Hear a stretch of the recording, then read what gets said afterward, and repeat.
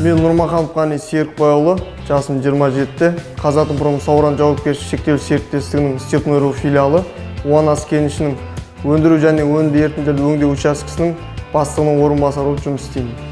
Бұл мамандық таңдау себебім бала кезден алға қойған мақсатым, арманым десек те болады. Осы уран өндіру саласында жұмыс істеу және де еліміздің экономикасына үлесімді қосу. Себебі 2013 жылы Алматы қаласындағы Қаныш Имантайұлы Сәтбаев атындағы Қазақ ұлттық техникалық университетінің Тау-кен ісі институтының пайдалы қазбаларды жер асты игеру мамандығын бітірдім. Сол жылы алғаш еңбек жолында УАНАС кенішінде аппаратшы гидрометаллург болып бастадым. 2017 жылы УАНАС кенішінің өндіру учаскесінің шебері болып тағайындалдым. Осы жылдар аралығында үздік маман конкурстарына қатысып жүлделі орындар алып жүрдім. Және марапат қағаздары мен алғыс хаттар алдым.